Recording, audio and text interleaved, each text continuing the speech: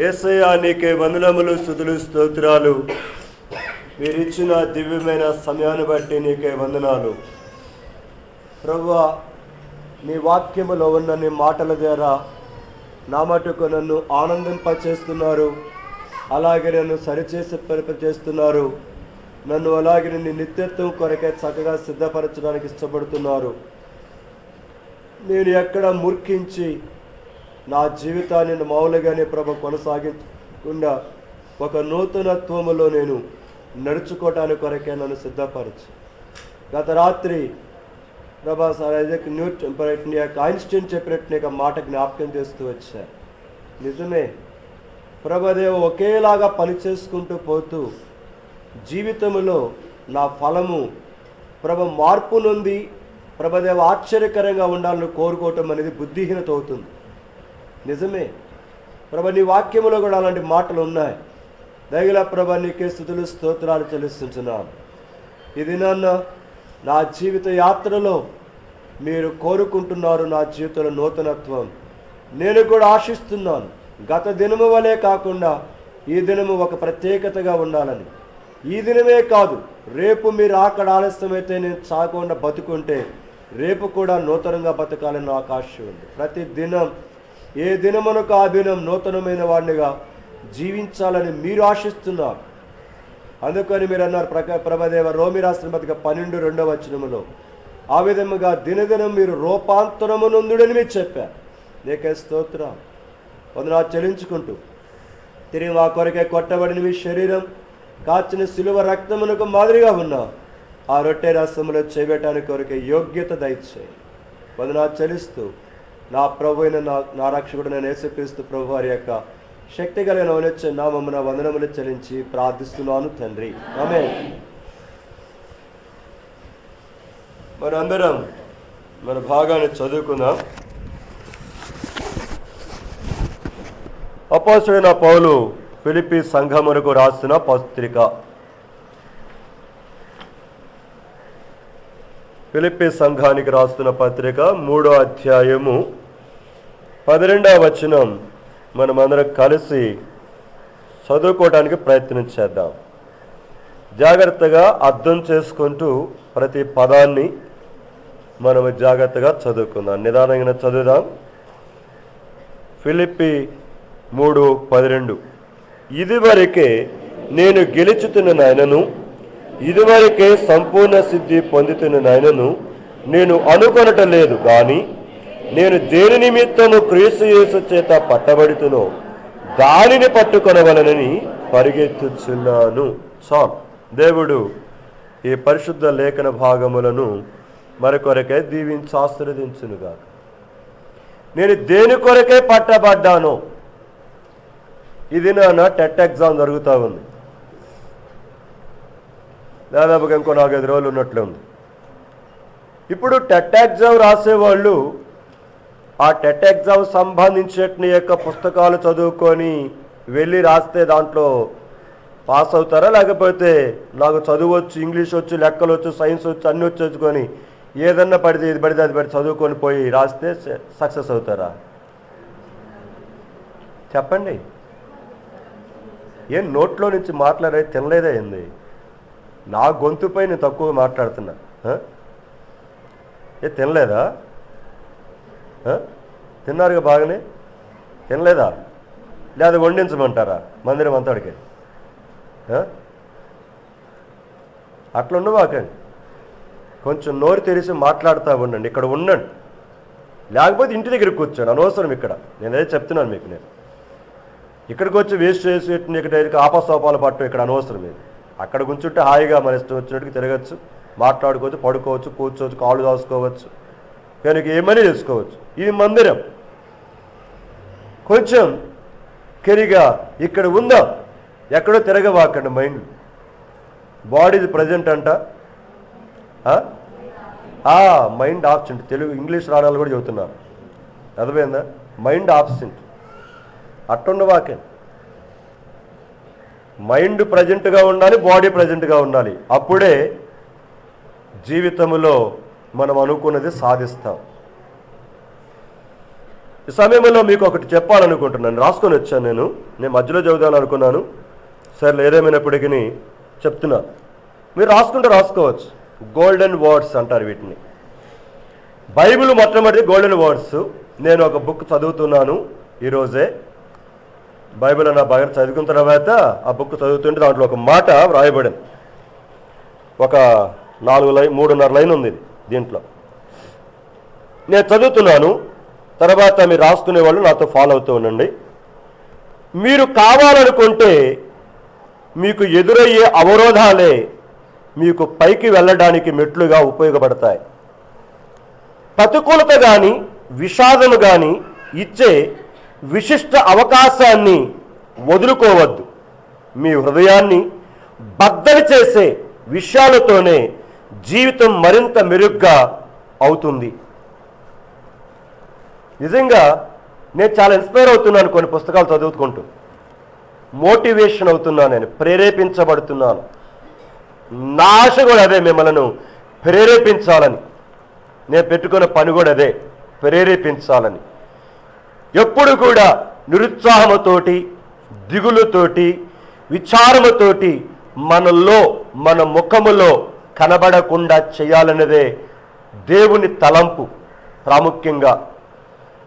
ఎందుకంటే గత వారంలో 2 రోజుల కింద ఒక పుస్తకం చదువుతుంటే నాకు పసిపిల్లవాడిని గురించి కనుక ఒక మాట నన్ను సంధించుతూ వచ్చింది. నేను వెంటనే కొన్ని విషయాలు రాసుకున్నాను కూడా చెప్పాను మొన్నే.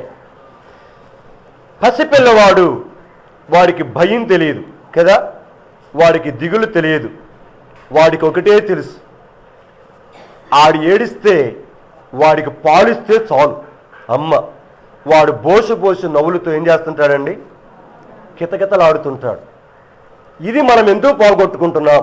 అది నా ప్రశ్న.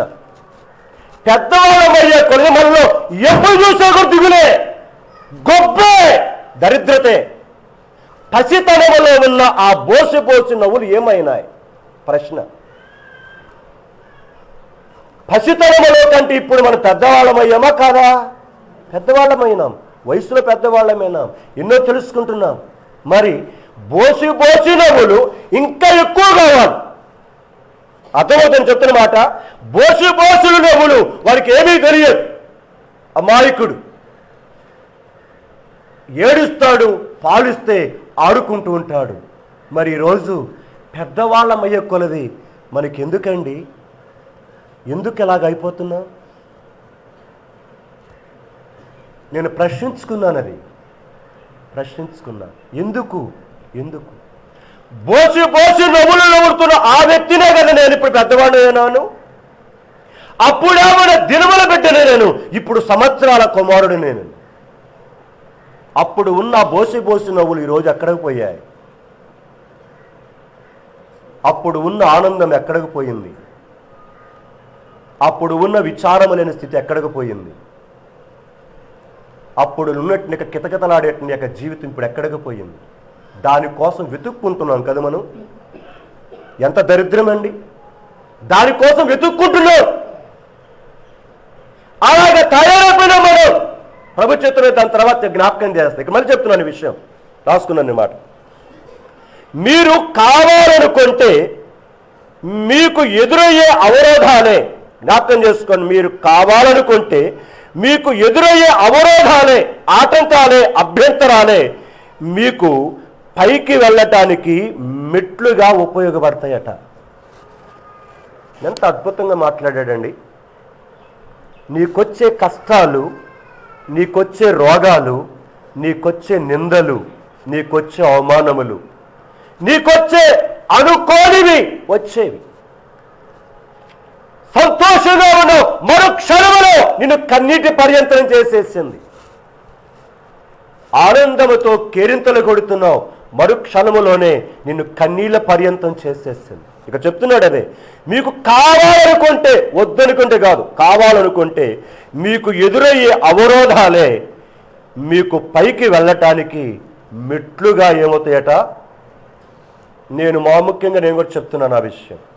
నాకు ఎదురైన ఒక అవమానమే నన్ను ఈ స్థితికి తీసుకురావడానికి కారణమైంది. నేను చెప్తున్నాను ఇప్పుడు మేము ఎదురుగా. నాకు ఎదురైన ఒక అవమానం నన్ను రోషము తీసుకొచ్చింది.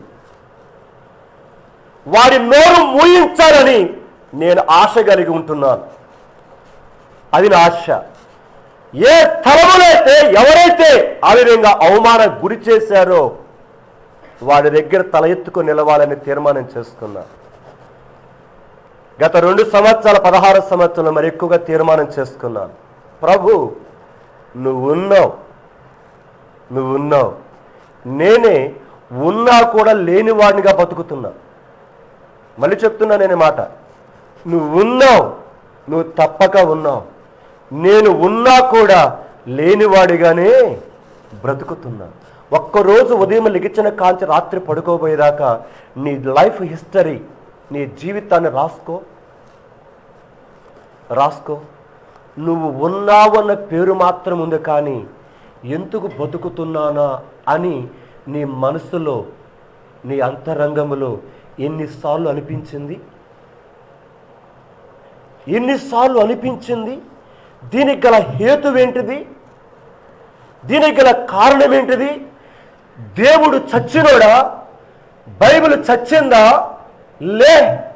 లే ఏ పసితనములో బోసిబోసులు నవ్వుతూ కరిగా పొట్ట నిడ్రముతోటే ఆ విధంగా కితకితలకు ఆడుతూ, ఆ విధంగా ఆనందముతోటి పసిపిల్లవాడు లేకపోతే పసిపిల్ల ఆ విధంగా కాళ్ళు చేతులు ఆడించుకుంటూ నువ్వు చూస్తూ ఉంటే నవ్వుతూ ఉంటారు. నువ్వెవడవో తెలియదు. కానీ పెద్దయ్యే కొలది లేనిపోని పనికి మాలని చెత్తంతా పెట్టుకొని వాడిని చూస్తే కోపం, వీడిని చూస్తే కోపం, అక్కడిని చూస్తే కోపం, ఈ అతను చూస్తే ఈర్ష్య, ఎందుకు అయిపోయినా మన బతుకున్నట్లయిపోయినాయి. సమాధులు దొడ్డికి వెళుతున్న దరిద్రంగా తయారైపోయినాం మనం. కారణం ఏంటిది? ఎందుకు అయిపోతున్నావు ఇట్లా? నీ ఎవరికాల జీవితం, నీ కుటుంబ దాంపత్య జీవితం, నీ పరిస్థితులు ఎందుకలా వెళ్తున్నాయి? ఇదిగో చెప్తున్నాడు, నీవు కావాలనుకుంటే నీకొచ్చే అవరోధాలే, నీకొచ్చే ఆటంకాలే, నీకొచ్చే అభ్యంతరాలే నీ జీవితంలో నీవు మెట్లుగా నువ్వేం చేయొచ్చంట, కనుక ఉపయోగపడతాయంట. 2 మాట జ్ఞాపకం చేస్తున్నాడు. ప్రతికూలత కానీ జ్ఞాపకం చేసుకోవాలి, అనుకూలత కాదు, ప్రతికూలత కానీ విషాదము కానీ ఇచ్చే విశిష్ట అవకాశమును వదులుకోవద్దు. అబ్బా, ఏం మాటలు మాట్లాడాడండి. మళ్ళీ చదువుతున్న జ్ఞాపకం చేసుకోండి. ప్రతికూలత కానీ విషాదము కానీ ఇచ్చే విశిష్టమైన అవకాశం అట. విశిష్టమైన అవకాశం, శ్రేష్టమైన అవకాశం అంటే ఏవి? ఇక రాయబడుతున్నమాట, ప్రతికూలమైన విషాదకరమైన పరిస్థితులట విశిష్టమైన అవకాశాలుగా వదులుకోవద్దంటున్నాడు. ఇవి కవిత్వంలాగా రాయల, జీవితంలో అనుభవముల నుంచి రాశాడు ఒక వ్యక్తి. అతను పడిన బాధ చెప్తూ ఒకరోజు ఫిస్టల్క పెట్టుకున్నాడు. అర్థమైంది? ఈ వ్యక్తి రాసిన వ్యక్తి ఫిస్టల్క పెట్టుకొని భార్య విడిచిపెట్టి వెళ్ళిపోయాడు. తనకు డబ్బుల్లో కాదు, కోట్ల సామ్రాజ్యానికి అధిపతి అతను. మన భారతదేశం అతను కాదు, చెప్తున్నాను. కోట్ల సామ్రాజ్యానికి అధిపతి, 3 చక్కని పిల్లలు, చక్కని భార్య. తన ఇంటికి వచ్చేసరికి లేట్ అయింది. ఇంటికి వచ్చి చూసేసరికి కనుక తలుపు ఓపెన్ చేస్తుంది. లోపలికి వెళ్ళాడు. లోపలికి వెళ్ళి చేస్తే భార్య లేదు, పిల్లలు లేరు. గదిలోకి వెళ్ళి చూశాడు, పెద్ద హౌస్ అది, కనుక అలాంటి ఒక హౌస్లో ఎవరు లేరు. అయితే అక్కడ బల్ల మీద ఒక కాగితం పెట్టుంది. ఆ కాగితాన్ని తీసుకొని చదువుకున్నాడు. అంతే, గుండె పగిలిపోయి ఏడ్చుకుంటూ తనకున్నట్టు ఒక హోటల్లో ఒక భయంకరమైన గదిలోకి వెళ్ళి ఆ సమయంలో పిస్టల్ పెట్టుకున్నాడు. షూట్అవుట్ చేసుకొని చచ్చిపోదామని. ఎవరు? దిక్కులేని దరిద్రుడు కాదు, కోట్లకు పరిగెత్తినట్టు ఒక ఐశ్వర్యవంతుడు. చక్కని భార్య, 3 చక్కని పిల్లలు. తన భార్య సీట్ రాస్తుంది. ఆ సీట్లో సంగతి ఏంటంటే, నేను నా యొక్క పిల్లల్ని తీసుకుని వెళ్ళిపోతున్నాను, మిగతా విషయాలు ఏదైనా ఉంటే నా లాయర్ ఉన్నాడు, అతను సంప్రదించు, నీకు నేను విడాకులు ఇచ్చేస్తున్నానని చెప్పాను. ఆ 2 మాటలు రాసిన దాంట్లో నా లాయని కలవండి, కనుక ఆ విషయం తర్వాత కలవండి, నాతో పెట్టండి. తినటానికి తక్కువ, ఉండటానికి తక్కువ, చదువు తక్కువ, ఈ పరిస్థితులలో రూములో కూర్చోబెట్టుకున్నాడు. పిస్టల్ దగ్గర పెట్టుకొని ఆలోచిస్తున్నాడు. అంతే, ఆ చేతిలో ఉన్న పిస్టల్ కింద పడింది. కొన్ని ఫ్రాక్షనల్ సెకండ్స్ ఉంటే ఆ పిస్టల్ అయిపోయేదే, చనిపోయాడు అక్కడే. కానీ కిందకు పడటం తన జీవితాన్ని ఒక గొప్ప మార్పులో తీసుకొచ్చింది. అతని పుస్తకం చదువుతున్నాను నేను 2-3 రోజుల నుంచి. ప్రేమైన వారరా, అతడు మాట్లాడుతున్న మాట ఇది.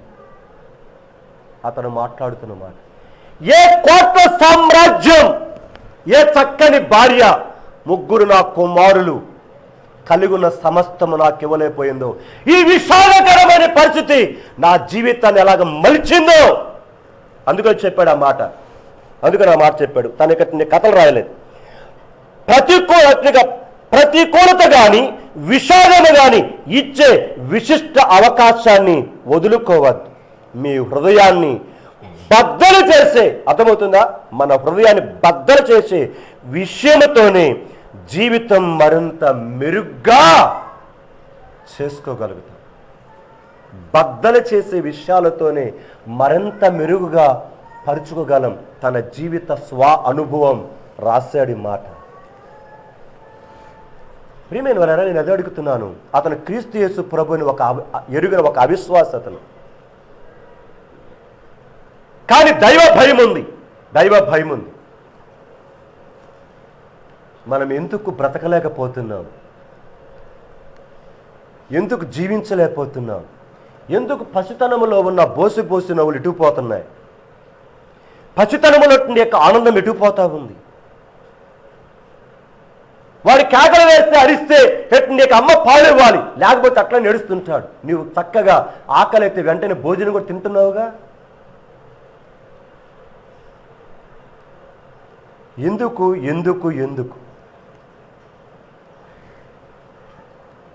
మన జీవితంలో మనం మన పరిస్థితులను మన చేతులారే కాళ్ళ క్రింద వేసి తొక్కేసి నలిపేస్తూ ఇదే జీవితం అనుకుంటూ చచ్చిన శవాల్లాగా బ్రతుకుతున్నాం. మళ్ళీ చెప్తున్నాను, దేవుడు మనకిస్తున్న ప్రతి దానిని సరిగా ఉపయోగించుకొనకుండా కాళ్ళ క్రింద మనమే మన జీవితాన్ని వేసి తొక్కి నలిపేస్తూ ఇదే జీవితం అనుకొని బ్రతుకుతూ భ్రమలో పడిపోతున్నాం. వారి జీవితాలలో గుండె పగిలిన బ్రద్దలైన సన్నివేశాలను, వారి జీవితాలను అద్భుతమైన స్థితిలోకి తీసుకురావడానికి కొరకై విశిష్టంగా వాటిని ఏం చేశారు? వాళ్ళు ఉపయోగించుకొని ఆ మెట్ల మీద నుంచి పైకి ఎక్కారు. ఎక్కడున్నావు నువ్వు? ఏ స్థితిలో ఉన్నావు? ప్రేమైన వాళ్ళరా, మన జీవితంలో ఆ పసిబిడ్డ బోసి నవ్వులుతూ వాడు ఎవరి మీద కోపడ్డు, ఎవరిని కూడా తన్నడు, ఎవడి మీద ఆవేశపడ్డు, ఎవడి మీద కూడా క్రోధం పెంచుకోడు. మరి నీకెందుకు?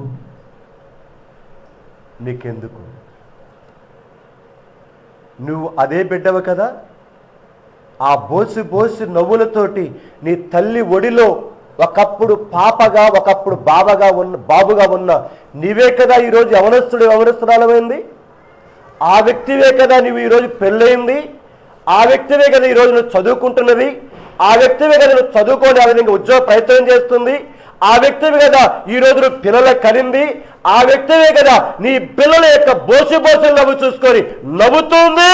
ఈరోజు ఎక్కడ పోయినా నీ బ్రతుకులో ఉన్న బోసి నవ్వులో నేను ఎక్కడ పోయినా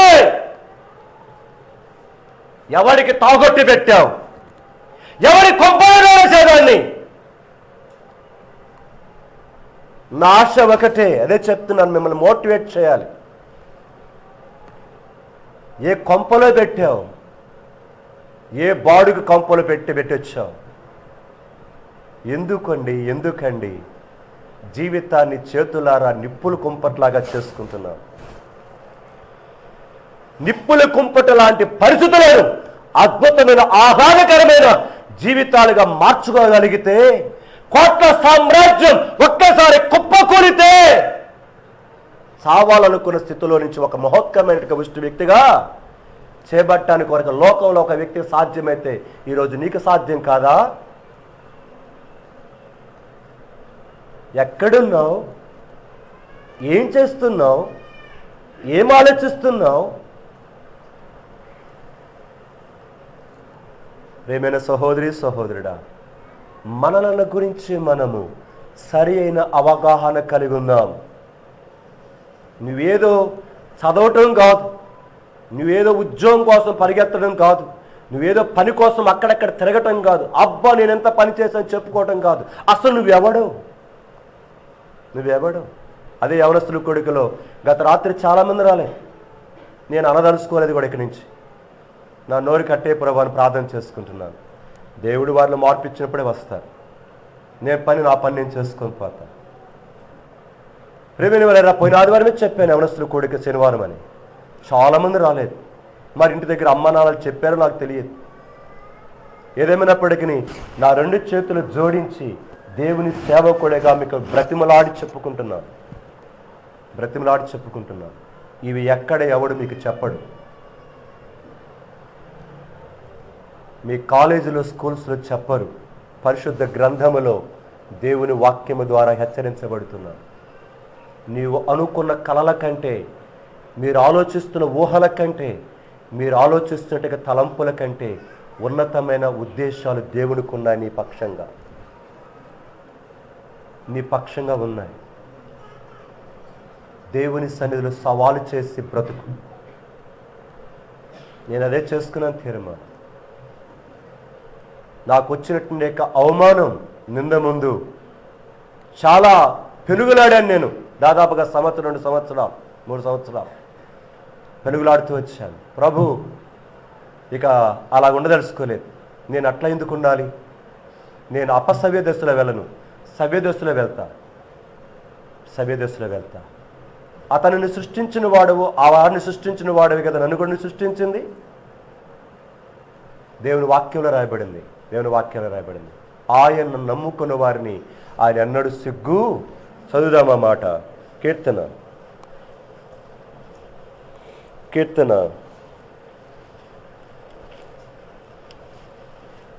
25వ అధ్యాయం, కీర్తన 25 3వ చరణం.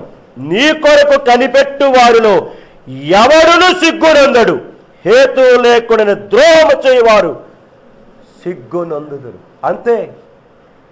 నీ కొరకు కనిపెట్టుకునేవాడు ఎవరు సిగ్గునందడు, హేతు లేకుండా ఎవరు ద్రోహం చేస్తే వాడే సిగ్గునందుతాడు. సిగ్గు పరిచేపిస్తాడు దేవుడు.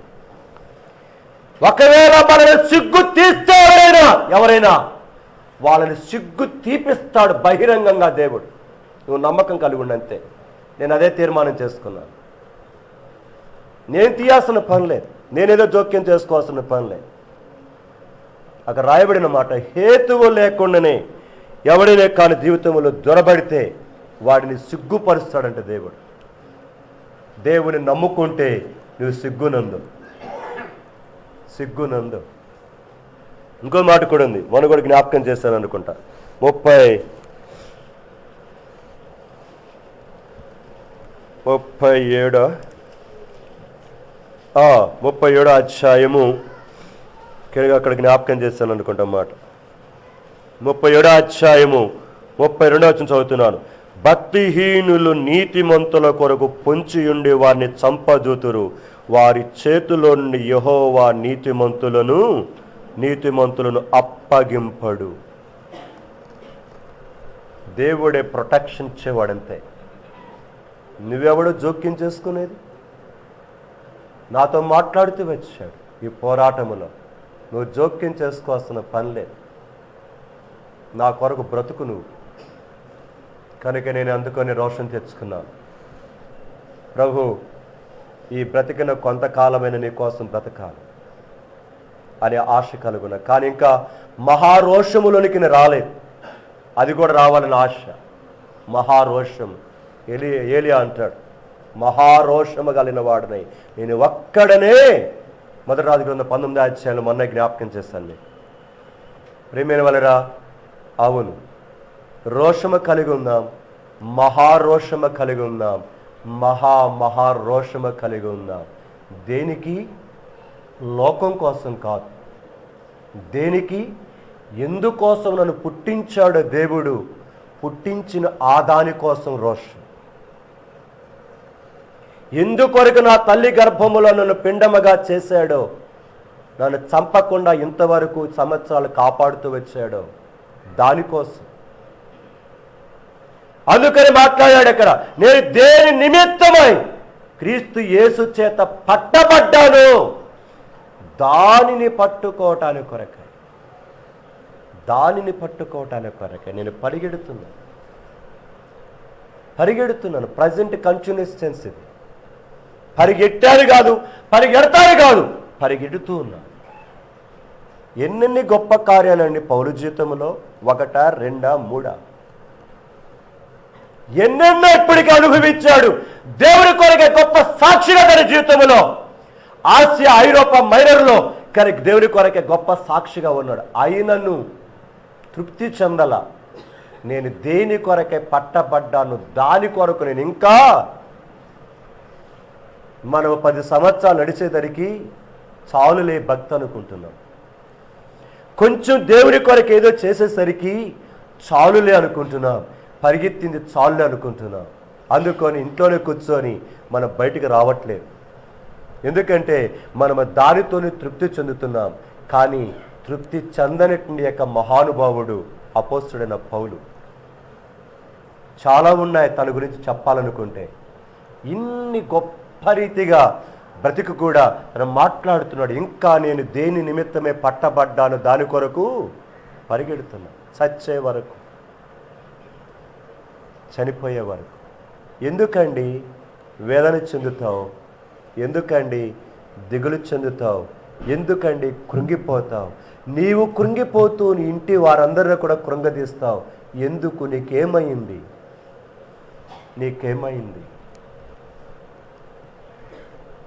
దేవుడు చాత కాని వాడైపోతున్నాడా?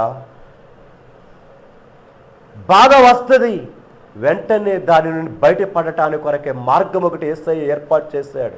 చదవండి మాట, యోహాను సువార్త 16 చివరి 2 వచనాలు. యోహాను సువార్త 16 చివరి 2 వచనాలు. ఇదిగో మీలో ప్రతి వాడును ఎవరి ఇంటికి వాడు చెదిరిపోయి. అదేనా? చదువు అదేలే. వచ్చేనది అయితే తండ్రి నాతో ఉన్నాడు కనుక నేను ఒంటరిగా. అబ్బాయి, ఎంత అద్భుతమైన మాట! అందరూ వచ్చి నేను ఒంటరి వాడను కాను. ఎందుకో తెలుసా? నా తండ్రి నాతో ఉన్నా. ఈ గ్రహింపు రావట్లేదా నీకు? నీ పరలోకపు తండ్రి నీతో ఉన్నాడు అనే గ్రహింపు లేకుండా ఏ గ్రహింపులో పడుతున్నావు నువ్వు? ఏ గ్రహింపులోకి వెళ్తున్నావు? నీకున్న స్థితే కదా నాతో ఉన్నది. ఈ బాధ నాతో ఉంది, రోగం నాతో ఉంది, స్థితి నాతో ఉంది, కష్టం నాతో ఉంది, బాధ ఇదే కదా నీ మనసంతా. అవును, నీ మనస్సును నువ్వు దేనితో నింపుకుంటావో నీవు అదే. మరి చెప్తున్నాను, నీ మనస్సును నీ హృదయాన్ని దేనితో నింపుకుంటావో నువ్వు అదే. అందుకోనే ఆయాసపడుతున్నావు, అందుకోనే వేదన చెందుతున్నావు, అందుకొని మదన పడుతున్నావు, అందుకొని కృంగిపోయి అక్కడే సతికల పడిపోయావు. యేసు ప్రభువారు మాట్లాడుతున్న మాట, అయితే తండ్రి నాతో ఉన్నాడు గనుక నేను ఒంటరిగా లేను, నా యందు మీకు సమాధానం కలుగునట్లు ఈ మాటలు మీతో చెప్పుచున్నాను. లోకములో మీకు శ్రమ కలుగును. ఏందంట? నాతో చెప్పండి ఈ మాట. 32, 33 చివరి మొదటి నుంచి. నా యందు మీకు సమాధానము కలుగునట్లు ఈ మాటలు మీతో చెప్పుచున్నాను. ఏం కలగటానికి? గట్టిగా వెనక నుంచి అసలు శబ్దాలు రాట్లా. మేము ఉన్నామో పోయామో మాకు తెలియదు అని అంటున్నట్టున్నారు. ఏమి కలగటానికి? సమాధానము కలగటానికి ఈ మాటలు మీతో చెప్తున్నా. ఏం మాటలు? నేను చదువుతున్నాను, నా వెనకాల చెప్పండి.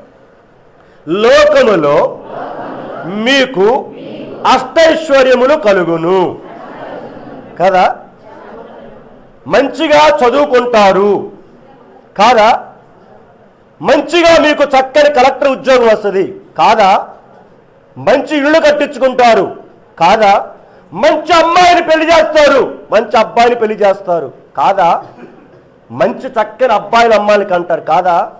చెప్తున్నా, లోకములో మీకు ఆశీర్వాదము దీవెనలు కలుగును కాదు, లోకములో మీకు శ్రమ కలుగును. కృంగిపోతున్న వారులారా, బైబిల్ని జాగ్రత్తగా చదవండి, బైబిల్ని జాగ్రత్తగా చదవండి. ఆశీర్వాదములు కలుగును అని యేసు ప్రభు చెప్పలా. కానీ ఇంకొకటి ఉంది, దీనికి మరో కోణం ఉంది. ఈ శ్రమ అనుభవిస్తే అప్పుడు ఆనందాన్ని అనుభవిస్తాం. అది నిత్యమైన ఆనందం. ఎవడు నీ యొద్ద నుండి దానిని తీసివేయలేడు. అంటే నీ యొద్ద నుండి తీసివేయబడలేని సంతోషమును ఆనందమును ఆయన ఇస్తాన్రా బాబు అంటే నువ్వేమంటున్నావంటే నాకు ఈ శ్రమలొద్దు, ఇదే కావాలని దాన్ని ఏం చేసుకుంటావు, వాటేసుకొని నాకు ఇదే కావాలి, నాకు ఈ బండే కావాలి, నాకు ఇదే కావాలి, నాకు ఇదే సినిమా కావాలి, ఇదే సెల్ఫోన్ కావాలి, ఇదే సీరియల్ కావాలి, ఇదే బ్రతుకు కావాలని కంట దగ్గరికి వచ్చని ఏడుస్తున్నాను. బ్రతుకు అందుకొని ఏడిపోయి బతుకంతా. అందుకని మరి బతుకంత బజారు పాలైపోతావు. వద్దు, లే అక్కడికి బయటికి రా, ఆ టెంట నుంచి రా. దేవుడు నీకు ఇవ్వాలని కోరుకున్నది శ్రేష్టమైనది. నువ్వు అనుకున్న దానికంటే, ఆలోచించిన దానికంటే అద్భుతమైనది ఇవ్వాలనుకుంటున్నాడు. నీ బిల్డింగ్ కంటే, నీ కార్ల కంటే, నీ బళ్ళు కంటే. ఈ మధ్య ఒక ఆయన డుగుడుగుడుగుడుగుడు కానీ పోతా ఉంటే ఈయన కట్టుకున్నాడు వెనకాల సైలెన్సర్, డుగుడుగుడుగుడు అని. కొనుక్కుంటే బాగుండేది, మళ్ళీ కినబడలా, తర్వాత తీసేసినట్టున్నాడు. బళ్ళు కొన్ని బుళ్ళు బుడ్డు పాటు పోతున్నాయి, బుల్లెట్లు బళ్ళు, మందులు జాగల ముళ్ళు 2-3 బళ్ళు పోతా ఉంటే ఈయన కట్టుకున్నాడు. ఎక్కడ? సైన్స్ దగ్గర డబ్బాడు పెట్టాడు. నేను ఏందిరా కొత్త బండి వచ్చింది అనుకున్నా. నేను బయటకు వచ్చి చూసా, మన బ్రదరే ఓరు నాయనా అనుకున్నా. ఏంటిది, వాడు బుల్లెట్ వేసుకొని పోతే డుగ్గు డుగ్గు డుగ్గు డుగ్గు అంటుంది కాబట్టి నేను కూడా కనీసం డబ్బాని పెట్టుకుంటే ఈ బతుకులు ఎందుకు, ఈ వేషాలు ఎందుకు అనుకున్నా. ఈ కాదు, ఈయన తాత్కాలికం. నీకు ఆ డుగుడుగుడుగా బుల్లెట్ కాదు, దీనికంటే విమానం ఎత్తాను. నీకు కావాలా? చక్కని కారు ఇస్తాడు, కావాలా నీకు? అది పని చెయ్యి. ఎందుకు తాత్కాలికమైన వాటి మీద తిరిగి ఊరేగుతుంటావు? మనం చూస్తున్నాం, మనకు కలిగిన అదే శాశ్వతం అనుకొని కౌగులించుకొని దాని నుంచి మనము దేవుడు దాన్ని ఎట్లయినా తీసేయాలని చూస్తున్నాడు. నువ్వు వాటేసుకుంటువే, దానిని ఎట్లయినా దేవుడు నీ 2 చేతుల మధ్యలో నుంచి దేవుడు దాన్ని తీసేసి నీకు ఎట్లన్నా ఏడుపు కల్పించి నీలో మారు మనసు కలిగించి నీకు సరి అయింది ఇవ్వటానికి ఆయన ఇష్టపడుతున్నాడు. అది ఇంగ్లాండ్ దేశం. ఇంగ్లాండ్ దేశంలో ఒక చక్కని అమ్మాయి ఉంది. ఒక చక్కని అమ్మాయి, చాలామంది ఉన్నారు, జరిగిన సంఘటన చెప్తున్నాను. అంటే మీరు కనే కళలు, యవనస్తులు కానీ కుటుంబస్తులు కానీ మీరు అనుకున్న దానికంటే దేవుడు ఎట్లా చేస్తాడో నా జీవితం ఉదాహరణ నేను చెప్తున్నాను. నేను కానీ నేను అనుకున్నట్టుగానే దేవుడు చేస్తున్నట్లయితే నేను ఈ స్థితికి వచ్చేవాడిని కాదు, ఈ ఆనందాన్ని అనుభవించేవాడిని కాదు. చెప్తున్నాను, పక్కాగా చెప్తున్నాను ఆ విషయం. నేను ప్రియమైన ఆయిట్ని యొక్క సహోదరి దేవుని మందిరానికి వెళ్తూ ఉంటుంది. దేవుని మందిరానికి వెళ్తూ చక్కని విశ్వాసి కనుక చక్కని ఆత్మీయ పరురాలు తన జీవితంలో. అలాగా తన బాల్య దినములలో నుంచే తను పెరుగుతూ దేవుని కొరకై జీవిస్తూ ఉంది, చదువుకుంటూ ఉన్నది. అయితే కొంతకాలం అయిన తర్వాత దేవుడు తనతో మాట్లాడుతూ వచ్చాడు. ఏమనంటే చైనా దేశానికి మిషనరీగా వెళ్ళాలి. ఎక్కడికి? చైనా దేశానికి మిషనరీగా. ఎక్కడి నుంచి? ఇంగ్లాండ్ దేశాన్ని వదిలిపెట్టి. మనకి ఎక్కడి నుంచి పక్కన బజారు పోవడానికి, పక్కన ఊరు పోవడానికి, అబ్బో బాబో ఇక్కడ చదువుకుంటానా, మా జాగర్ల మూళ్ళ కాలేజ్ ఉంటే బాగుంటుంది, పాలిటెక్నిక్ కాలేజ్ ఉంటే బాగుంటుంది, ఇంజనీరింగ్ కాలేజ్ ఉంటే బాగుంటుంది, డిగ్రీ కాలేజ్ ఇక జాగర్ల మూళ్ళలోనే ఉంటే ఎందుకు ఎప్పుడు అమ్మ పక్కన కూర్చోవాలి. అందుకోనే మనం ఎదగం, ఎప్పుడు అమ్మ నాన్న పక్కన కూర్చొనే ఉండాలని. సో ప్రియమైన వాళ్ళరా, అలాగా ఆ అమ్మాయిని దేవుడు దర్శిస్తూ వచ్చాడు. ఇలాగుంటుండగా జరిగిన సంఘటన ఏంటంటే, దేవుని యొక్క సంఘములో ఒక సంఘం సేవకుడు ఆ అమ్మాయిని ప్రేమించాడు. శారీరకంగా కాదండి, మీరు ప్రేమ అంటే పనికి మన రూట్లోకి వెళ్తారు, మీరు జాగ్రత్త వినండి, కెరిగా ఆ రూట్లోకి వెళ్ళవాకండి.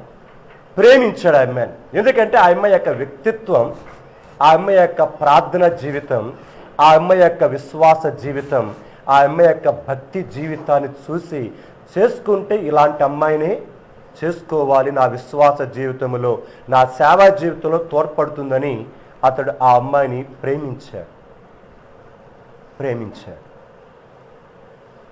అయితే ఇలాగ కొన్ని రోజులు అయిపోయిన తర్వాత ఆ అమ్మాయిని ఈ సేవకుడు, ఆ సేవకుడు ఈ అమ్మాయిని కూడా ఒకరోజు కలవటం జరిగింది. కలిసిన తర్వాత ఇద్దరు ఒకరి విషయాలు ఒకరు పంచుకున్నారు. ఆ అమ్మాయికి ఈ సేవకుడి గురించి తెలుసు, ఈ సేవకుడికి ఆ అమ్మాయి గురించి తెలుసు. ఇద్దరు కూడా మంచి క్యారెక్టర్ కలిగిన వాళ్ళే. ఇప్పుడు పంచుకున్నారు. నువ్వు నన్ను చేసుకుంటావా అని ఆ అమ్మాయిని సేవకుడు అడిగాడు. సేవకుడిని ఆ అమ్మాయి అడగటం జరిగింది. అయితే తొందరపడలేదు. ప్రార్థన చేయి. దేవుడి ఏర్పాటు ఏదుందో అది జరుగుద్ది. ఎందుకంటే ఈ అమ్మాయి తర్వాత చెప్పింది కొన్ని రోజులైన తర్వాత, నాకు ఉన్నటిని యొక్క నడిపేదలు ఏంటంటే, దేవుడు నన్ను చైనా దేశానికి మిషనరీగా వెళ్ళమని నాతో మాట్లాడుతున్నాడు, దేవుడు నన్ను ఏర్పరచుకుంది ఆ ఉద్దేశం అని ఆ అమ్మాయి తన విషయం చెప్పింది. అప్పుడు అతడు చెప్పాడు, నేను పెళ్లి చేసుకుంటాను కానీ ఇంగ్లాండ్ వదిలిపెట్టి నేను రాను. జాగ్రత్త వినండి మాటలు. నీవు నన్ను పెళ్లి చేసుకుంటే జ్ఞాపకం చేసుకోవాలి, నేను చేసుకుంటా, కానీ నేను మాత్రం చైనా దేశానికి మిషనరీగా వెళ్ళాలి. ఇతడు అన్నాడు, నేను నిన్ను పెళ్లి చేసుకుంటా, కానీ నేను మాత్రం ఇంగ్లాండ్ దేశాన్ని వదిలిపెట్టి మాత్రం నేను అక్కడికి రాను. దేవుడు ప్రార్థన చేస్తున్నప్పుడు ఆ అమ్మాయి, ఆ సేవకుడు, దేవుని సేవకుడుగా ఉన్నటువంటి యొక్క అతనిని పోగొట్టుకోవడానికి ఇష్టపడింది. ఒంటరిగా చైనా దేశానికి సేవ కొరకై వెళ్ళిపోయింది. ప్రియమైన వాళ్ళరా, నేను ఎందుకు చెప్తున్నాను ఈ మాట? జరిగిన విషయం ఇది. ఒక సేవకుడు చెప్తూ వచ్చాడు వాక్యంలో, అందుకు మీకు చెప్తున్నాను. ప్రియమైన వాళ్ళరా, ఈరోజు మనము ఏది కావాలనుకుంటున్నామో దాని మీదే మక్కువ కలిగి మనము దాన్ని కౌగలించుకొని వాటేసుకుంటున్నాం. ఇది దేవుని ఏర్పాటా కాదా అని మనము పరీక్షించుకోవట్లేదు. ఎందుకంటే అంత అవకాశం దేవుడికి ఇవ్వట్లేదు. నేనేమనుకున్నాను అది దేవుడా నువ్వేం చేసేసి. నేను చదువుకుంటున్నాను, ఈ చదవడానికి కూడా సహాయం చేయి. నేను అమ్మాయిని చేసుకోవాలనుకున్నాను, నువ్వు సహాయం చేయి. ఆ అబ్బాయి చేసుకోవాలనుకున్నాను, సహాయం చేయి. పనులు ఉద్యోగం చేసుకోవాలి, సహాయం చేయి. ఇదే కానీ నీ ప్రార్థన, ప్రభు నన్ను దేని కొరకై నా తల్లి గర్భములో రూపించావో అదేంటో నాకు బయలుపరచు. నువ్వు బయలుపరిస్తే ఎంతటి త్యాగమునకైనా నేను సిద్ధం.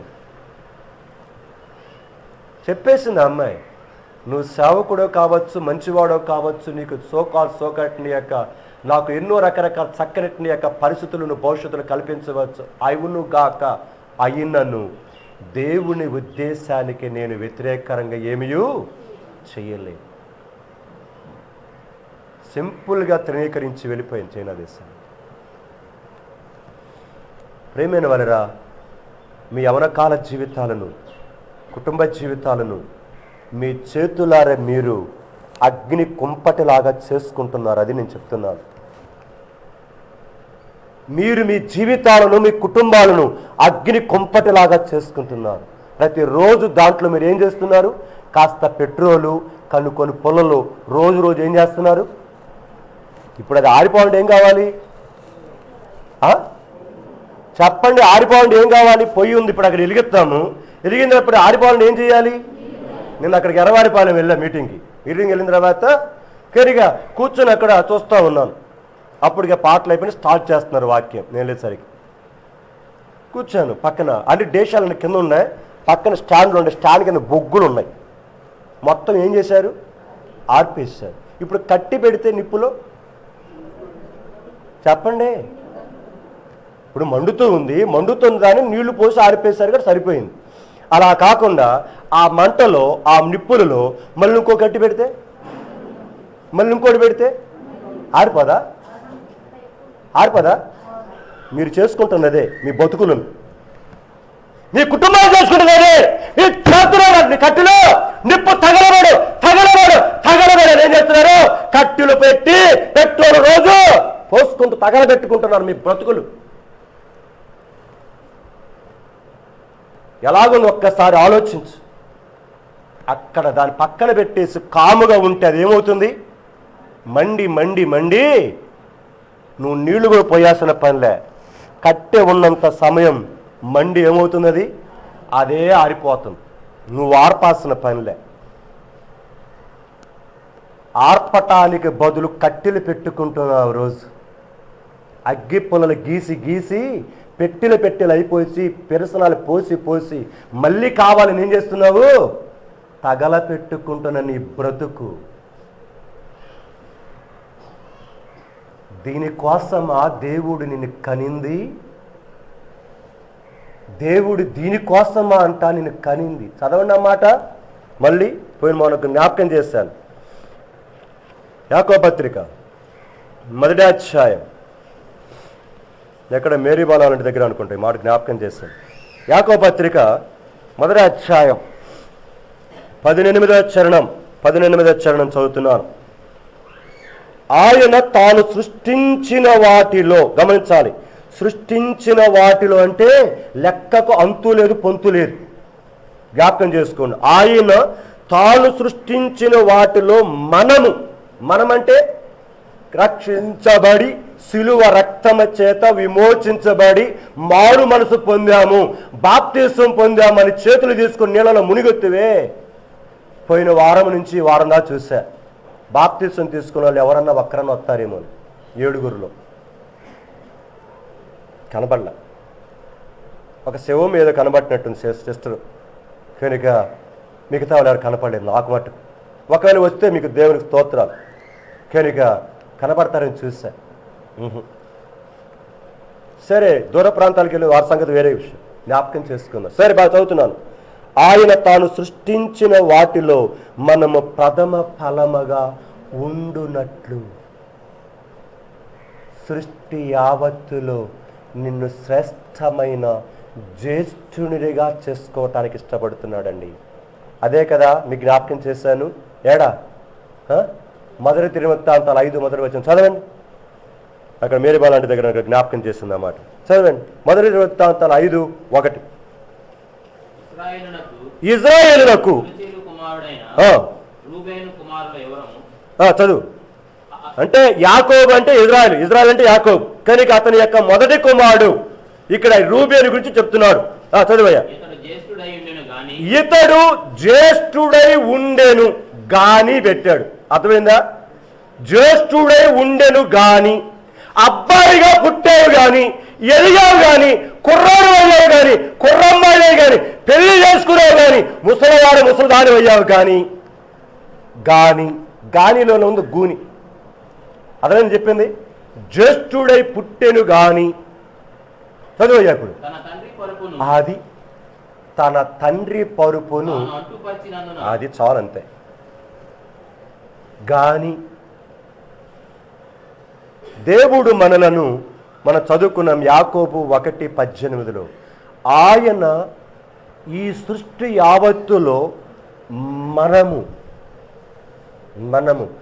ప్రథమ ఫలము అంటే జ్యేష్ఠులం కా చేసుకోవటాని కొరకై ఆయన మనలను కన్నాడు. కానీ మనము తండ్రి పరుపుని ఏం చేస్తున్నాం? చెరుపుతున్నాం. తండ్రి పరుపుని చెరుపుతున్నాం. మనం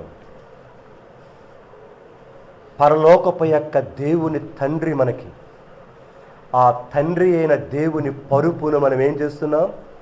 చెరిపేస్తున్నాం. పెళ్ళిళ్ళలో వివాహము అన్ని విషయములో ఘనమైనది అంతవరకు చెప్తారు, దాని తర్వాత మాటలు చెప్పరు కదా. చదవండి ఆ మాట. ఎక్కడ? హెబ్రీ 13:5 చదవండి. ఇది ఎక్కడే పెట్టుకోండి, అక్కడ బాగుంది. హెబ్రీ 13:5.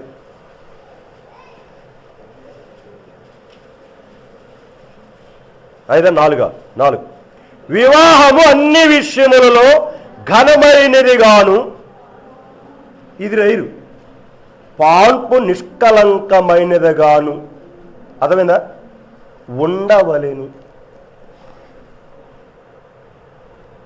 అయ్యగారు అమ్మగారు, ఇప్పుడు పాస్టర్ గారు పెళ్లి పాస్టర్ గారు వచ్చేసి చెయ్యి చేయగలుగుతాడు, గట్టిగా పట్టుకో అంటాడు. నేను చెప్పి నాకు ఉడదీయద్దు అంటాడు. గట్టిగా పట్టుకుంటారు ఇద్దరు. ఇప్పుడు ప్రమాణం చేపిస్తుంటారు. ఏమని? నేను నా జీవితంలో ఇప్పటి వరకు పవిత్రంగా కాపాడుకున్నాను. అంతా పచ్చి అబద్ధం. అర్థమైందా? పెళ్లి కాకముందే ఎప్పుడో పోయావు, పెళ్లి కాకముందు బతుకు అయిపోయింది, ఇక్కడ వచ్చే చేస్తావు సరే అంతేనే బాగానే ఉంటుంది. మళ్ళీ అంటాడు, నేను నిన్నుగాక ఇతరులు ఎవరిని వల్లక. పెళ్ళైన తర్వాత ఎంతమంది మళ్ళీ? అదేందా? ఇంట్లో ఒకరు, బజార్లో ఒకరు, ఆ బజార్ ఒకరు. కాదా బ్రతుకు? పాల్పు నిష్కల్మషమైనదిగా ఉండవలెను. ఈరోజు స్టాటిస్టిక్స్ ఏం చెప్తున్నాయి అంటే, ప్రపంచంలో యవనస్తులు పెళ్లి కాకముందే 150 కంటే ఎక్కువ మంది వాళ్ళ క్యారెక్టర్ చెడగొట్టుకుంటున్నారు. మళ్ళీ చెప్తున్నాను ఈ విషయం, నేను అమ్మాయిలు అబ్బాయిలు తేడా లేకుండా పెళ్లి కాకముందే వారి క్యారెక్టర్ అయిపోతా ఉంది, నాశనం అయిపోతా ఉంది. క్యారెక్టర్ నాశనం అయిపోయిన వాళ్ళతోటి పెళ్లిళ్ళు జరుగుతున్నాయి. అందుకని క్యారెక్టర్ల భద్రతలో దరిద్రం అయిపోతున్నాయి. జాగ్రత్త యవనస్తులారా, జాగ్రత్త. దేవుడి శరీరములో కోరిక పెట్టాడు, అది దేవుడే పెట్టింది. లేకపోతే టెస్ట్ చేయించుకో అంటాడు ఒక మా సేవకుడు. కొంతమంది కనుక అంటుంటారు, అంత పచ్చి అబద్ధం ఇది. ఆ అబ్బాయిని చూస్తున్నప్పుడు నీకు ఎలాగలుగుతుంది, ఆ అమ్మాయిని చూస్తున్నప్పుడు ఎలాగవుతుంది. కనుక మనిషి అన్నవాడు ఆ విధమైన యొక్క టెంప్టేషన్ వస్తుంది. రాకపోతే జబ్బు ఉన్నట్లు లెక్క. అర్థమైందని చెప్తున్న మాట, పబ్లిక్గా చెప్తున్నాను ఈ మాట. నేను రాకపోతే నీకు జబ్బు ఉన్నట్లు లెక్క. అయితే ఇక్కడ జ్ఞాపకం చేసుకోవాలి, అయితే దానిని ఏం చేయాలంటే అదుపులో పెట్టాలి. పెళ్ళి కాక ముందు వరకు దాన్ని నువ్వేం చేయాలి? అణిచి పెట్టాలి. అణిచి పెట్టలేకపోతున్నారు ఈరోజు. అందుకని 1 కొరింథీ 7:1 అంటాడు, స్త్రీని పురుషుడు ముట్టకొనటం అతనికి మేలు, అలాగనే పురుషుడు స్త్రీని ముట్టకొనటం అతనికి మేలు. ఊరకనే రాయించింది బైబిల్లో. ప్రతి మాట చాలా విలువైంది బైబిల్లో. సో ప్రియమైన యవనస్తులారా, యవన సహోదరి సహోదరులారా, కుటుంబస్తులారా, నేను ప్రేమతో దేవుని సేవకుడిగా బ్రతిమలాడుతూ ప్రేమతో జ్ఞాపకం చేస్తుంటున్నాను. నేను అసలు భాగానికి రాలేదు ఇంకా. నా ఆశ ఏంటంటే మీరు ప్రేరేపించబడాలి. యవనస్తుల కొడుకుల జ్ఞాపకం చేస్తా, సెల్ఫ్ అవేర్నెస్. నిన్ను గురించిన నీవు స్పృహ, నిన్ను గురించిన నీవు ఆలోచన ఎలాగ ఉన్నది? నిన్ను గురించి, మీ ఆయన గురించి కాదు, నీ భార్య గురించి కాదు, మీ అబ్బాయి గురించి కాదు, మీ అమ్మాయి గురించి కాదు, నీ పక్కనాల గురించి కాదు, నిన్ను గురించి నీవు డైరెక్ట్గా. నేను అదే చెప్పాను, దేవుడు కనబడి నీకు ఏమి కావాలో నువ్వు అవ్వాలని కోరుకుంటున్నావో అడిగితే బుక్క తిప్పుకొని వెంటనే చెప్పగల ధైర్యం ఎంతమంది ఉంటుంది చెప్పండి ఇక్కడ? వెంటనే నేను ఇది కావాలి అని అనుకునే వారు ఎవరున్నారు చెప్పండి ఇక్కడ? లేరు. అందుకోనే అస్తవ్యస్తంగా సాగుతుంది జీవితం. ధైర్యంగా చెప్పగలవా? ధైర్యంగా నేను ఇది ఇవ్వాలనుకుంటున్నాను. నువ్వు అవ్వాలని నిజంగా అనుకుంటే దాని కొరకే నువ్వు అడుగులు వేస్తావు. అర్థమైందా? జ్ఞాపకం చేసుకో. ఈరోజు ఇటు గంతులు వేసి రేపు అటు గంతులు వేసి రేపు అటు గంతులు వేసి రేపు పైకి గంతులు వేసి కింద పోయి చేసేవాడు నీ బతుకులో దేంట్లో స్థిరత్వము రాదు. సో ప్రేమైన వారరా, దేవుడు మనలను తను సృష్టించిన యావత్తంతటిలో ప్రథమ ఫలములుగా చేయాలనుకున్నాడు. కానీ రూబేను తన తండ్రి పరుపును అంటుపరిచెను. ఎన్నిసార్లు అంటుపరుస్తున్నావు దేవుని యొక్క పరుపును? పెళ్ళి అయ్యి పెళ్ళి కాకుండా, చదువుకోకుండా, పని చేస్తూ పని చేయకుండా, బయటికి వెళుతూ బయటికి వెళ్ళకుండా, మాట్లాడకుండా, ఆలోచించకుండా ఎన్నిసార్లు పరలోకపేక తండ్రి యొక్క పరుపును మైలి చేశాం. అందుకనే రూబేను తన జ్యేష్ఠత్వపు హక్కును పోగొట్టుకొనెను. అదే మాట ఏశావుని గురించి కూడా రాస్తాడు కదా. చూడండి, హెబ్రీ రాసిన పత్రిక మొన్న కూడా జ్ఞాపకం చేస్తాను అన్నమాట కూడా. హెబ్రీ 12వ అధ్యాయము 16-17 వచనాలు నేను చదువుతున్నాను, దయచేసి జాగ్రత్తగా వినండి. ఒక పూట కూటి కొరకు, అబ్బా ఎంత చక్కగా రాయించండి దేవుడు. ఒక పూట కూటి కొరకు తన జ్యేష్ఠత్వపు హక్కును అమ్మివేసిన అనంటే బాగానే ఉండేది. అమ్మివేసిన ఏశావు వంటి భ్రష్టుడు వ్యభిచారి ఉండునేమో. నేను అదే ప్రశ్నిస్తాను నిన్ను. దేవుడు నిన్ను ప్రథమ ఫలముగా సృష్టి యావత్తులు చేస్తే దేని కొరకు కకృతి పడి నీ పాప ఇచ్చల కొరకై చెవులో పెట్టుకొని బాగా ఇంటున్న పాపం యొక్క పాటల కొరకై, పాపం యొక్క ప్రయాణము కొరకై, పాపం యొక్క చిత్రాల కొరకై నీ జీవితాన్ని తాకట్టు పెట్టేశావు కదూ. ఒక పూట కూటి కొరకై ఏశావు అమ్మేస్తే నీవు ఒక క్షణము యొక్క పాపము కొరకై నీ బ్రతుకును అమ్మేస్తున్నావు. దేవుడు నిన్ను ప్రేమించి ఈ చక్కని స్థితిలోకి తీసుకొని వచ్చి ఈ విధంగా కాళ్ళు చేతులు కాపాడుతూ ఎప్పటికప్పుడు నీ జీవితమును, ఊపిరిని, ప్రాణమును, జీవమును సమస్తాన్ని దయచేస్తూ వెళుతున్న మనం దేవుని యొక్క సమస్తాన్ని తీసుకొని పోయి తాకట్టుకో. ఏశావు వంటి భ్రష్టుడైనను వ్యభిచారి అయినను ఒకవేళ ఉండినేమో జాగ్రత్తగా చూసుకోండి.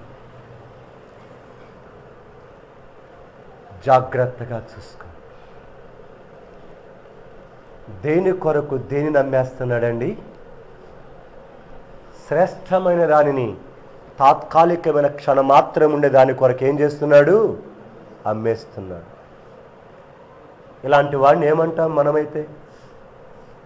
మన పరిభాషలో ఏమంటాం? మేము చిన్నప్పుడు ఒక మాట వాడేవాళ్ళం, దేబేడా అనేవాళ్ళం. విన్నారా ఈ మాట? దేబేడా అని అంటాం. అంటే అన్నీ ఉంటాయి వాడికి, కానీ ఈ బుర్ర మాత్రము సరిగా పనిచేయదు. మరి దేబేడా ఇక్కడ పెట్టుకొని చూస్తున్న విందరంట అనే పదం వాడేవాళ్ళం మా చిన్నతనంలో సంగతి. ఇప్పుడు రావట్లేదులేండి ఇది. దానికి ఇంకొకటి మీరు చెప్పుకోవాలంటే తెలివి తక్కువవాడా, తెలివి తక్కువ దద్దమ్మ. ఏంటిది మరి? ఎందుకు వచ్చింది ఆ మాట దద్దమ్మ అంట? దద్దయ్య రాల, దద్దమ్మ. మనల్ని కూడా దేవుని వాక్యం వెలుగులో పరిశుద్ధాత్మ దేవుడు తెలివి తక్కువ పెద్ద దద్దమ్మలము అంటుంది. చిన్న దద్దమ్మలం కాదు, పెద్ద దద్దమ్మలం. ఇంక్లూడింగ్ మీ గురించి కాదు చెప్తుంది నేను. సో దేవుని సన్నిధానంలో మన జీవితములను మనము ఆ తెలివి తక్కువ దద్దమ్మలమగా పెద్ద దద్దమ్మలమైపోయిన స్థితిలో నుంచి లెగుద్దాం. శేషించిన మిగతా చక్కని కొంచెం జీవితానైనా సరిగా కట్టుకోవటానికి కొరకే ప్రయాసపడదాం. దేని నిమిత్తమైతే నేను క్రీస్తు యేసు చేత పట్టబడ్డానో దానిని పట్టుకోవటానికి కొరకై నేను పరిగెడుతున్నాను.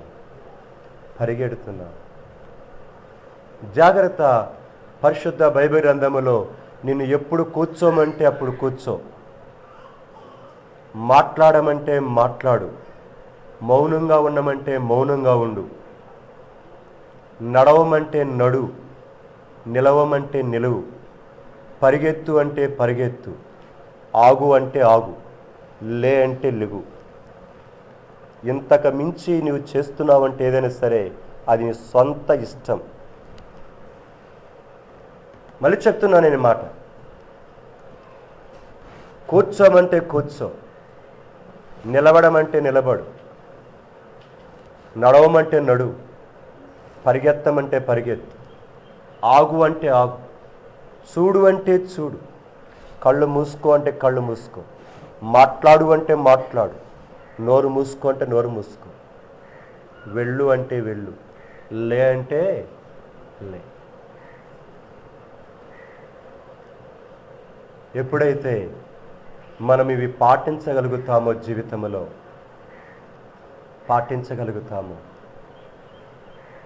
తప్పనిసరిగా దేవుడు నీ జీవితాన్ని, ఆయన మనల్ని దేని కొరకైతే కన్నాడో, యాకోబు 1:18 ప్రకారం కన్నాడు, ఆయన సంకల్పము చొప్పున కనెను అనే చివరిగా ఆ వచనం ముగుస్తాడు. అక్కడ సంకల్పము చొప్పున కనెను. ఏంది ఆయనని కనింది, మా అమ్మ అయితే కనింది అని అంటావేమో. మీ అమ్మ సాధనమే, అర్థమైందా? మీ అమ్మ మీ నాన్న సాధనమే, కనింది అసలు ఆయన. మీ తల్లి కనటానికి పురిటి నొప్పులు కలిగించింది ఆయన, లేకపోతే లోపల మెడకి తాగటండి యొక్క ఆ నైట్గా దాని ఏమంటారు, ఇటు యొక్క ఆ పేగు చుట్టుకొని అక్కడే చచ్చేవాడు, బయటికి రాకుండా అక్కడే చచ్చేదాన్ని. నేను ఎరుగుదును నా జీవితం. ప్రేమైన వలరా, ఒకటే నా ఆశ, జరిగిపోయిన దాని గురించి చింతపడబాకు, జరగవలసిన దాని కొరకు చింతపడు. జరిగిన దాని కొరకు నువ్వు చింతపడితే మరలా రాదు, అది మరలా రాదు.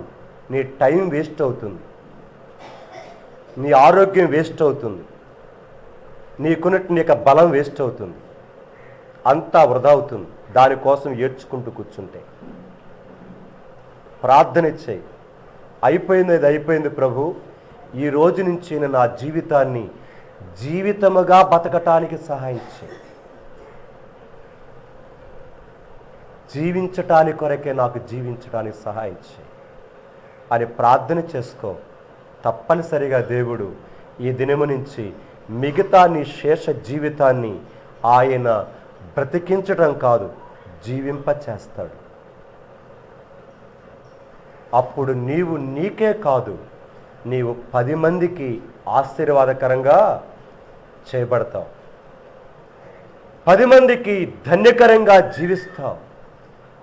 నీకు చాలదా అంతకంటే? నువ్వు కోరుకుంటున్నదేగా, 10 మంది నన్ను చూడాలి, 20 మంది నన్ను చూడాలి అనే కదా నీ కోరిక.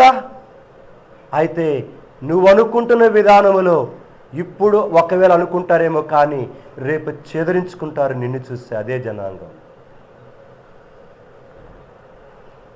ఇంతకుముందు చెప్పాను మీకు ఒక మాట, నువ్వు ఈ లోకాన్ని విడిచిపోతే నిన్ను గురించి నవ్వే వాళ్ళు ఉంటారా, నిన్ను గురించి ఏడ్చే వాళ్ళు ఉంటారా? మళ్ళీ చెప్తున్నాను, నీవు ఈ లోకాన్ని ఒకరోజు విడిచిపెడితే నిన్ను గురించి ఏడ్చే వాళ్ళు ఉంటారా, నిన్ను గురించి నవ్వే వాళ్ళు ఉంటారా? నువ్వు ఎవరిని మిగిల్చబోతున్నావు?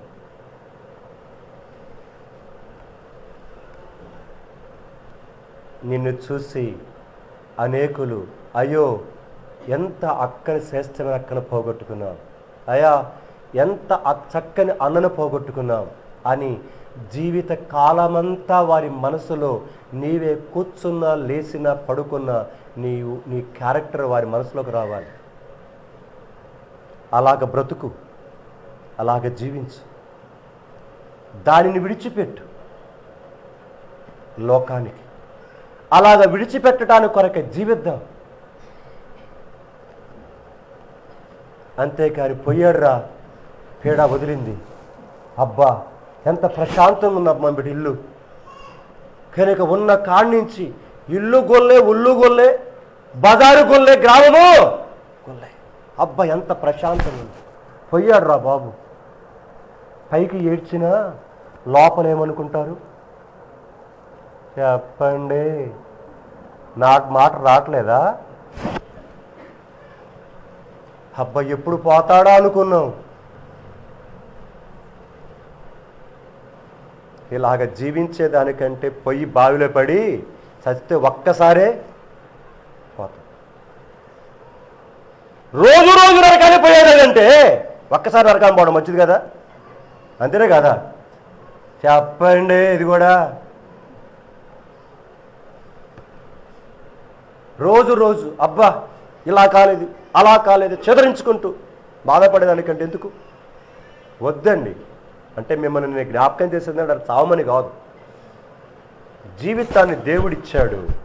ఇచ్చిన జీవితాన్ని ఈ కొంచెం కాలములైనా సరే విలువ కలిగి మనము జీవించడానికి కొరకు ఏం చేద్దాం? దేవుడు నన్ను దేని కొరకైతే నిమిత్తమైతే కన్నాడో కనిన ఆ ఉద్దేశము కొరకు నేను జీవిస్తాను ప్రభువా అని పౌలుకు వలె ఏం చేయి, నేను ఇక నుంచి పరిగెడతా దానికోసం అని తీర్మానం చేసుకో. దేవుడు సహాయం చేస్తాడు.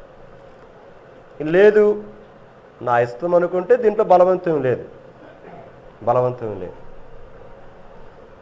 సో నా భాగాన్ని జ్ఞాపకం చేస్తాను మీకు. నేను అవన్నీ మళ్ళీ వెనక్కి రావట్లేదు.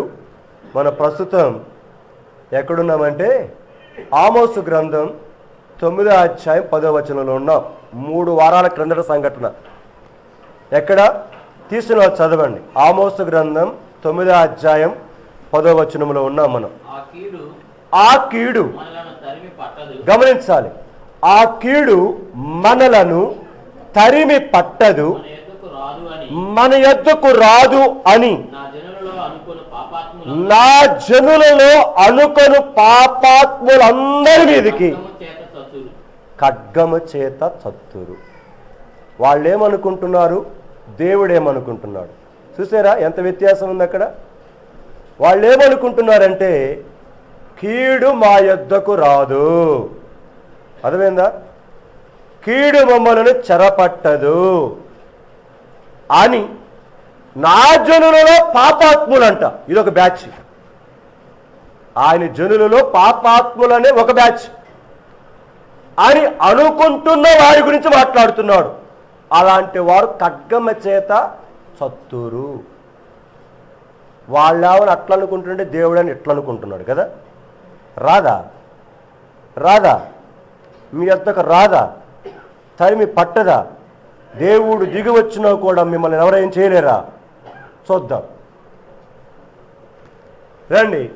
రాజుల గ్రంథంకి వెళ్తున్నాను ఇప్పుడు. రాజుల గ్రంథం 2వ రాజుల గ్రంథం 14వ అధ్యాయం మొదటిగా. రాజుల 2వ గ్రంథము 14వ అధ్యాయము 25వ వచనం చదువుతున్నాను. రాజుల 2వ గ్రంథము 14వ అధ్యాయం 25వ వచనం. గత్యేపేరు ఊరివాడైన అమిత్తయికి పుట్టిన తన సేవకుడైన యోనా. ఎక్కడుంటాడు ఈయన? ఓపాధ్యాయ గ్రంథం ఉన్నే దాని పక్కనే ఉంటుంది యోనా గ్రంథం. ఆ యోపాధ్యాయ పక్కనే ఉంటాడు. ఈ అమిత్తయ్య కుమారుడైన కరెక్ట్గా యోనా. గత్యేపేరు ఊరివాడంటైనా అక్కడ ఊరు రాయి వల్ల గత్యేపేరు ఊరివాడైన అమిత్తయ్యకు పుట్టిన తన సేవకుడిని యోనా అను ప్రవక్త ద్వారా ఇజ్రాయేలు దేవుడుకు యెహోవా సెలవిచ్చిన మాట చొప్పున. ఎవరి మాట చొప్పున? చెప్పండి గట్టిగా. ఇజ్రాయేలు ప్రజలు పాపాత్ములు అనుకుంటున్న మాట చొప్పున కాదు. కీడు మా యొద్దకు రాదు, కీడు మమ్మల్ని చెరపట్టదు, మమ్మల్ని ఏమీ చెయ్యలేదు అని ఆ విధముగా ఒకరికి ఒకరు ఆ విధముగా చెప్పుకొనుచున్న వారి మాట ప్రకారంగా కాదు, యెహోవా యోనా ప్రవక్త ద్వారా సెలవిచ్చిన మాట చొప్పున. ఇప్పుడు ఎవరి మాట గెలుస్తుందో చూద్దాం. ఇప్పుడు మనుషుడి మాట గెలుస్తుందా, దేవుడి మాట గెలుస్తుందా? ఇక్కడ కూర్చున్న మీ జీవితంలో కూడా పరీక్షించుకొని ఇక్కడి నుంచి సమాధానం చెప్పుకొని వెళ్ళండి. నీ మాటే గెలుస్తుందో దేవుడి మాట గెలుస్తుందో మీకు అక్షరాలు చూపించబోతున్నాడు కొన్ని వచనాలు. ఇవి కథలు కాదు, జరిగిన వాస్తవాలు. సో ఇప్పుడు 14వ అధ్యాయమే తీసుకుంటున్నాను. రండి, 14వ అధ్యాయం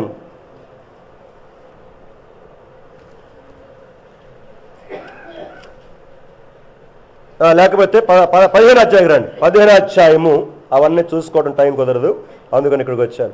15వ అధ్యాయం 28 నుంచి చదువుతున్నాను. 28 నుంచి. ఇతరులు ఇజ్రాయేలు వారు పాపము చేయట కారకుడు నేబాతు కుమారుడు యెరొబాము చేసిన పాపమును విడువక అనుసరించు యెహోవా దృష్టికి చెడుతనము జరిగించెను. ఇప్పుడు 29 వచ్చిన గమనించండి. ఇజ్రాయేలు రాజైన పెకహు దినములలో అష్షూరు రాజైన తిగ్లత్-పిలెసరు వచ్చి ఇయ్యోను పట్టణమును, అబేల్-మఖ్మాయాకా పట్టణమును, యోనాయహు పట్టణమును, కేదేషు పట్టణమును, హాసోరు పట్టణమును, గీలాదు దేశమును, గలిలయ దేశమును, నప్తాలి దేశమును పట్టుకొని అచ్చటనున్న వారిని అష్షూరు దేశమునకు చెరగా తీసుకొని పోయెను. అక్షరాల వారు చెప్పిన మాట చొప్పున జరగల, దేవుడు మాట చొప్పున జరిగింది. అర్థమవుతుందా? ఆ మాట పదే పదే చదవండి ఇంటికి వెళ్ళిన తర్వాత. యెహోవా సెలవిచ్చిన మాట చొప్పున అష్షూరు రాజైన తిగ్లత్-పిలెసరు తన జీవితమును దండెత్తి ఇజ్రాయేలు దేశంలో కొన్ని పట్టణాల పేర్లు చెప్పాడు. మొత్తాన్ని ఊడ్చుకొని వెళ్ళాడు. రాదా ఖడ్గం? మాకెందుకు వస్తుంది? మేము కుర్రోళ్ళమైతే మాకెందుకు వస్తుంది? మేము చక్కని ఆరోగ్యాన్ని యవనస్తులమైన పిల్లలమైతే మేము మాకెందుకు వస్తాయి? ఇవన్నీ కూడా మా దగ్గర ఎందుకు వస్తుంది? అవి మమ్మల్ని ఎందుకు చెరబడతాయి? మా దగ్గరికి ఎందుకు వస్తాయి అని ఒకవేళ అనుకుంటున్నావా? అనుకుంటూ నిన్ను నీవుగా సమర్థించుకొని ధైర్యముతోటి, మొండి ధైర్యముతోటి, మూర్ఖముతోటి ప్రయాణం చేస్తున్నావా? తస్మాత్ జాగ్రత్త. నీ ఇంటికి ఇప్పటికే నిప్పు పెట్టుకుంది చాలు. లెగు లెగు, కూర్చో. దేవుడు నీ దగ్గరకు రాకముందే, నీ దరి చేరి నిన్ను చెరపట్టి ఈడ్చుకొనకు పోకముందే, దేవుడే నిన్ను తీసుకొని పోయి వారి చేతులు అప్పగించేసేక ముందే, ప్రభు చిత్తమైతే దీన్ని వచ్చే వారు కొనసాగిస్తాను. జ్ఞాపకం చేసుకుని ఇజ్రాయేలీల 10 గోత్రాలు ఇక్కడ కొంచెము పట్టబడ్డారు. 17వ అధ్యాయం వచ్చే ఆదివారానికి చదువుకుని రండి. 17వ అధ్యాయం అక్కడ ఇజ్రాయేలు దేశం మొత్తాన్ని నాకేసుకొని తీసుకెళ్ళిపోతాడు. అక్కడ అంతే. అష్షూరియుల సామ్రాజ్యములో దాదాపుగా 200-300 సంవత్సరాలు కేకల పెట్టి ఏడ్చారు అక్కడ ఇజ్రాయేలు జనాంగం. ఏ ఇజ్రాయేలు ప్రజలైన పాపాత్ములు కీడు మా యొద్దకు రాదు, కీడు మమ్మల్ని చెరపట్టదనుకుంటున్న వారిని దేవుడు తన ఖడ్గమును పంపించి చేసిన కార్యం అక్షరాల కళ్ళకు కట్టినట్టు కనబడుతుంది. అందుకని మీకు హోంవర్క్ పెట్టినాను. వచ్చే ఆదివారానికి 17వ అధ్యాయం చదువుకోరండి. అక్కడ ఎన్ని రకాల వారి అవిధేయతలు రాస్తాడో నోట్ చేసుకోండి మీరు ఇంటికి వెళ్ళిన తర్వాత ఒక్కొక్కటి. ఎందుకనగా అని ప్రారంభిస్తాడు. 6వ వచనము 7వ వచనము. ఎన్నో వచనము చూడది, ఇటు పేజీ యువతలు ఉంటుంది. 7వ వచనం కదా, అక్కడ నుంచి స్టార్ట్ చేస్తాడు. ఎందుకనగా అనే మాట ఉంటుంది. అక్కడ నుంచి ఎందుకు వారు చెరపట్టబడ్డారో కాజెస్ మొత్తం రాస్తాడు. మీరు నోట్ చేసుకొని ఇంటి దగ్గర పెట్టుకోండి. అక్కడి నుంచి రాస్తాడు. ప్రభు చిత్తం అయితే వచ్చేవారిని చూస్తాం. మన జీవితాలు మన పరిశీలన చేసుకుంటూ దేవుని చేతిలో పెట్టుకుందాం. దేవుడు ప్రేమామయుడు, ఆయన కోపం రేపవద్దు, ఆయన పరుపును అంటుపరచవద్దు. అది చెప్తున్నాను. దేవుని పరుపును ఏం చేయొద్దు, అంటుపరచవద్దు. అంటుపరిస్తే చాలా ప్రమాదం, చాలా ప్రమాదం. అదే జరిగింది ఏశావుకు. ఆ తరువాత తన కన్నీళ్లు విడిచిన పొందుకోక విసర్జింపబడ్డాడు. విసర్జింపబడ్డాడు అనే మాట పదం ఎందుకు వాడారు తెలుసా? ఎందుకు వాడారు తెలుసా? అక్కడ పదం ప్రతిదీ చాలా జాగ్రత్త. విసర్జించుట. ఉదయాన్నే లెగిచ్చి చిన్న డబ్బా పట్టుకొని పొలానికి వెళ్తాం. దేనికి? విసర్జించటానికి, మలమూత్రాలు విసర్జించటానికి. మలమూత్రాలను విసర్జించిన వాడు మళ్ళీ వాటిని తింటాడా? తింటున్నాడంటే వాడు భక్తుడా లేకపోతే పాపే? విసర్జించిన వాటిని తింటున్నావంటే నేనేమనాలి? కుక్క తన వాంతి కొరకు ఏం చేసిందంట? విసర్జించిన వాటిని తింటున్నావంటే అదే జీవితం నీది, నాది. దేవుడు నీకు ఇచ్చిన ప్రథమ స్థలమును, ప్రథమ ఫలమును పోగొట్టుకోవద్దు. ఇప్పటికే నీ భర్త చూడలేదని, భార్య చూడలేదని, అమ్మ నాన్న చూడలేదనుకొని ఇష్టం వచ్చినట్టుగా తిరుగుతున్నావా? దేవుడు లెక్కలోకి తీసుకొస్తాడు. ఒకరోజు నీకు ఎక్కడ కాళ్ళు పట్టుకోవాలో అక్కడ పడతాడు దేవుడు. ఎక్కడ నిన్ను మడిమి కింద పెట్టాలో అక్కడ దేవుడు పెడతాడు. అక్కడ అట్లా పడేస్తాడు అంతే. దమస్కు మార్గములో సౌలు గాని పడినే ఒక్క బోర్లా పడ్డాడు. 3 రాత్రింబగళ్ళు అక్కడే ఏం చేశాడు? బూడిదలో. మీకు ఇందాక అది గురించి చెప్పా ఆరాధనలో. కోపము తట్టుకోలేక దానిని దూడను కాల్చి బూడి చేసి నీళ్ళ మీద చల్లి దానినట నీళ్ళలో కలిపి వారి చేత తాగించాడట. అర్థమైందా? వాక్యములో రాయబడింది మాట. దేవుడు నీకు రేపేం చేస్తాడు? తాగను అన్నా తాగిస్తాడు. అప్పుడు అర్థమవుతుంది నీకు ఆ విషపు పాత్ర ఇప్పుడు నీకు ప్రేమ పాత్రగా, సుఖ సౌఖ్యాలు ఇచ్చే పాత్రగా, ఆనందమునిచ్చే పాత్రగా, అద్భుతమునిచ్చే పాత్రగా ఉంది. చదవండి, తర్వాత నోట్ చేసుకొని. ప్రకటన 17:18 తర్వాత చదవండి మీరు ఇంటికి వెళ్ళిన తర్వాత. అక్కడ స్థితి కూడా అదే. 7 కొండల మీద కూర్చున్నట్టుగా బబులోను మీద కూర్చున్నట్టు ఆ యొక్క బబులోను సామ్రాజ్యం చూపిస్తున్న బబులోను స్త్రీని చూపిస్తాడు. తాగిచ్చాడు దేవుడు.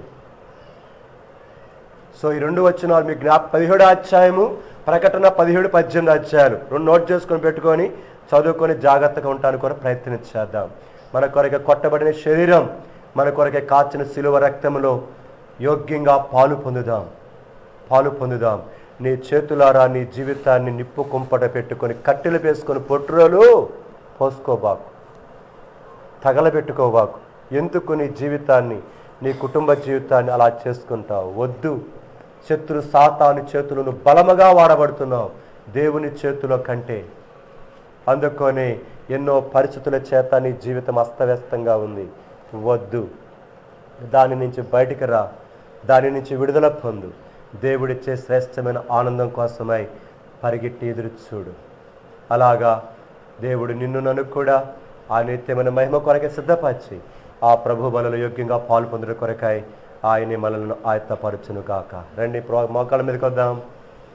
కొంతమంది రొట్టిచ్చేటప్పుడు అటు చూడా ఇటు చూడా ప్రార్థన చేసుకొని జీవితాలు సరి చేసుకొని దేవుని చేతిలో పెట్టుకోండి. ఇంకా అంతేనా? వాక్యం విని కూడా ఇంకా అటు చూడటం ఇటు చూడటమేనా? ఇంకా మార్పు చెందవా? ఇంకా అవకాశం ఇవ్వా దేవుడికి? ఇంకా అటు ఎవరేం చేస్తున్నారు, ఇటు ఎవరేం చేస్తున్నారా? ఇదే తారట్టాటమేనా? వద్దు. ఆపే. నువ్వు చూస్తుంటే యొక్క ఆ ఫుట్బాల్ మ్యాచ్ నీకు ప్రస్తుతం జరుగుతూ ఉంది రష్యాలో, కళ్ళు ఆపకుండా చూస్తావే. రేపు మాపు కబడ్డీ మ్యాచ్ రాబోతుంది, కళ్ళు ఆర్పకుండా చూస్తావే. ఎందుకు కళ్ళు ఆర్పకుండా ఇటు అటు చూస్తూ ఉంటావు? ఇక్కడికి వచ్చి శ్రేష్టమైన దేవుని సన్నిధి ఇది.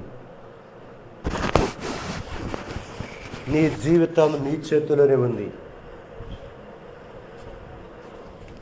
ఏమి చేయటానికి కొరకు ఇష్టపడుతున్నావో ఆయన ఎదురు చూస్తున్నాడు.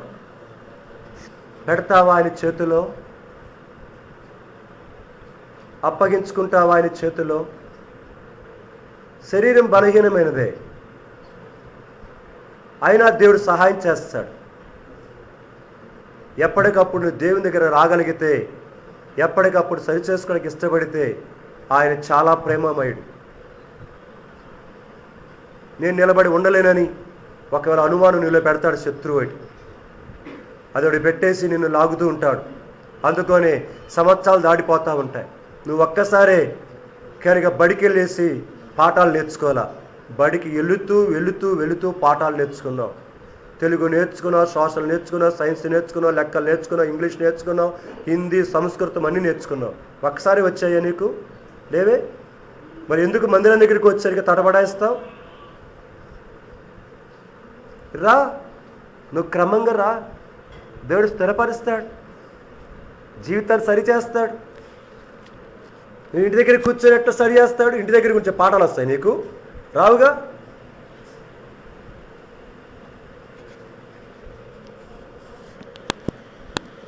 మళ్ళీ పరిశీలన చేసుకొని దేవునికి అప్పగించుకుందాం.